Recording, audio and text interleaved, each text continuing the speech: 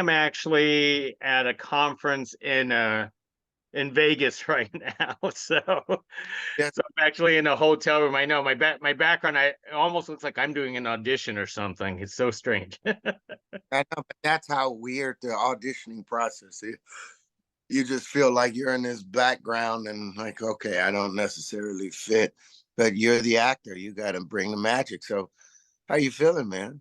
How'd you I'm like the movie? doing I'm doing great. I'm doing great. And by the way, thank you for talking to us about this film Showdown at the Grand. I mean it's weird times to talk about films right now.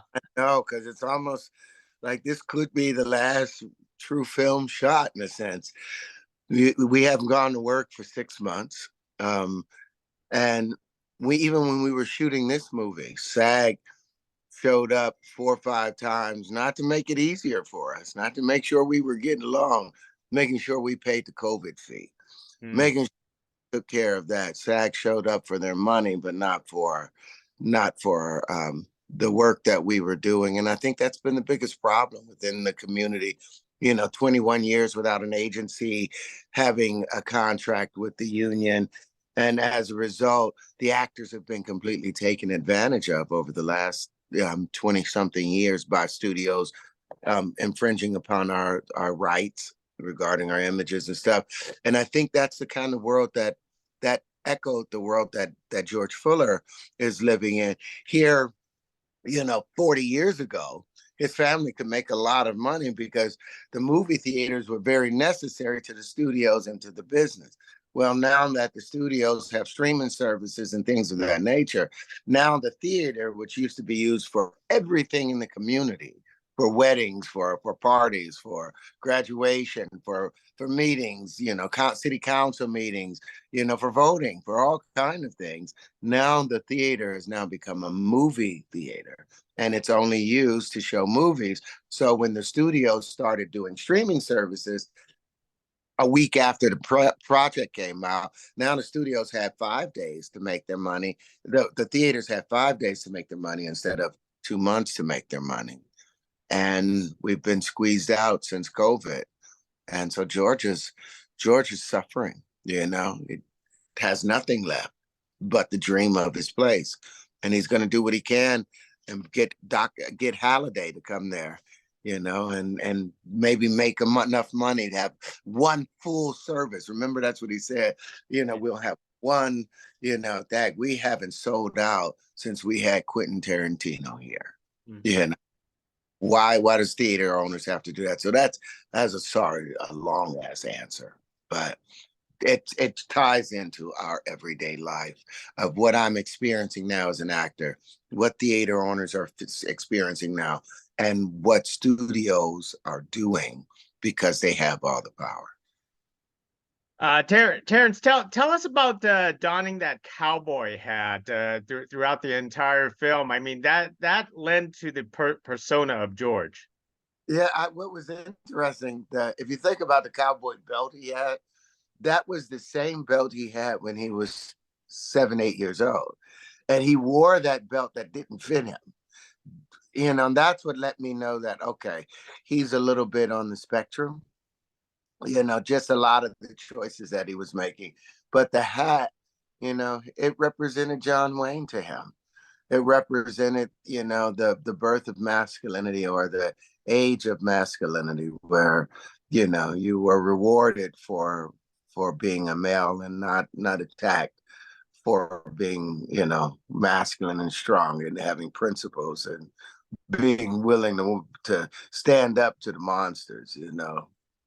That's what I really loved about George, is his his attention to the details of maintaining that man card and maintaining of the responsibilities that came with it. So that's what the hat represented. It was his headspace. That was, I'm a cowboy to the end of it, to the very end. That is true.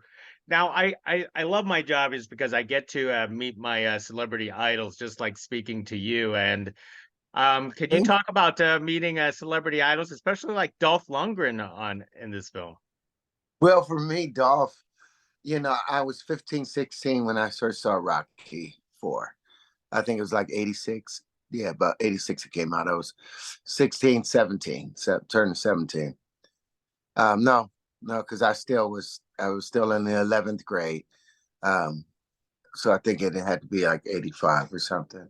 But when he came out, I wanted to have that chest. I wanted to have that power. I actually practiced punching, like Drago. So when he showed up on set, the admiration there, everything was, I was, I was being George Fuller, but I was really starstruck talking to him. From the door, I was admired him so much and still admire him to this day. I was into chemical engineering was my thing. He went to school also for chemical engineering. So I couldn't wait to have that kind of conversation with him. But just the fact that he was Drago, that was the thing for me. He was still my hero. Wow, that is actually terrific to hear. Now you've done so many films and so many TV in your career. I mean, how do you choose your projects nowadays? Now it's how much money comes with it. I think today, everything that all the projects that come right now, because we're suffering in the business right now, everything has the dollar amount on it first and foremost. It's like, okay, will I be able to meet my monthly responsibilities or my yearly responsibility? If it has the right numbers on it, the right number of zeros, then it's like, okay, how is this going to affect me emotionally? Because remember, there's a karmic responsibility that comes from these characters. If you pick a character that's in a bad place, like Philip Seymour Hoffman um, or who's the other guy that was Heath Ledger? Heath Mhm. Ledger. Now, mind you, all these people were nominated the same year I was nominated for my Oscar. There's only three of us out of that party of five that are left alive. The other two, the pressures of this business took them out. We don't have mental health, so you get locked into a character.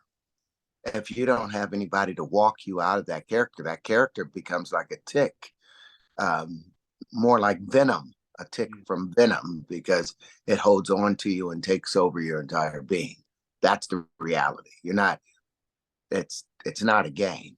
You're actually walking into a den of demons, and one takes you. So if you don't have anybody to help you walk out of there, you will lose yourself in there. So you pick a project based on your exit strategy. How can I help the human race by it? First, can I take care of my family? Mhm. And then am I going to be able to get out of it? How do I disconnect from this relationship? Because you're building a relationship with an entity. And then how do you bury that relationship and move on? If you don't have all of those components together, you can't take that character. George Fuller, I didn't mind where he ended up at. He was going to die for his principles. He did a good thing for his community. Those are the kind of things you can walk on, and you have good karma that follows it. But playing Lucius Lyon, you know, um, that was a harsh place to be at. Crash was extremely difficult. There's some films that you just can't touch Hmm. because you won't make it out. You'll end up Heath Ledger. You'll end up Philip Seymour Hoffman.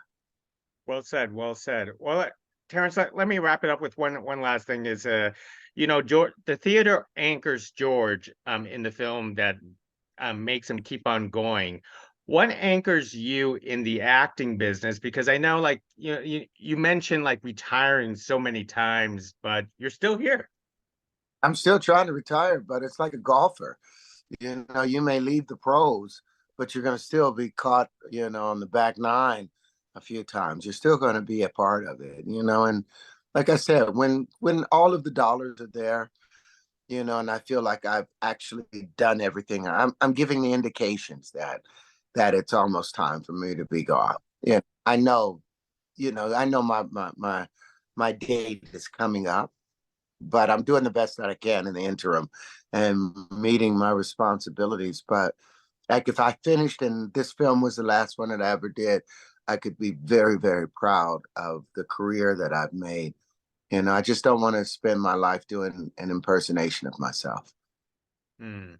Well said. Well, Terrence, thank you very much for making this film. This is a delightful, fun action film, and thank you for giving a sense of how we meet our heroes and getting the chance to meet you. Hopefully, I get to meet you again.